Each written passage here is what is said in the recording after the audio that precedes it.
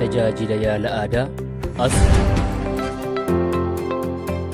dhaabbanni kee akka biyyaatti beekamtii argachuu irraan kan hafe dhaabbatoota hedduudhaaf fakkeenya adda duree ta'uu isaa yoo isiniif himnu gammachuu guddaadha.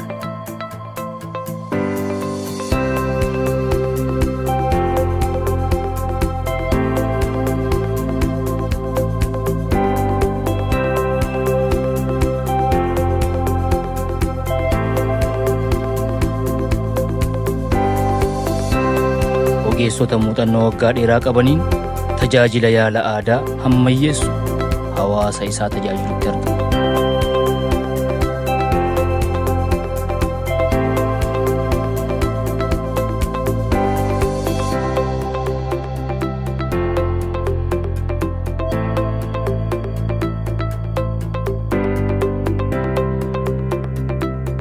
Iddoo bal'aa fi mijataa keessatti tajaajila qulqullina qabu ni argattu.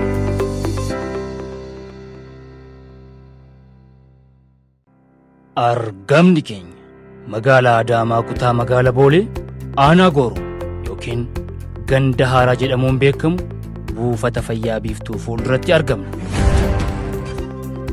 Odeeffannoo dabalataatiif 09 10 43 17 13 09 20 91 18 17 irratti haloo nuun jechuu dandeessu.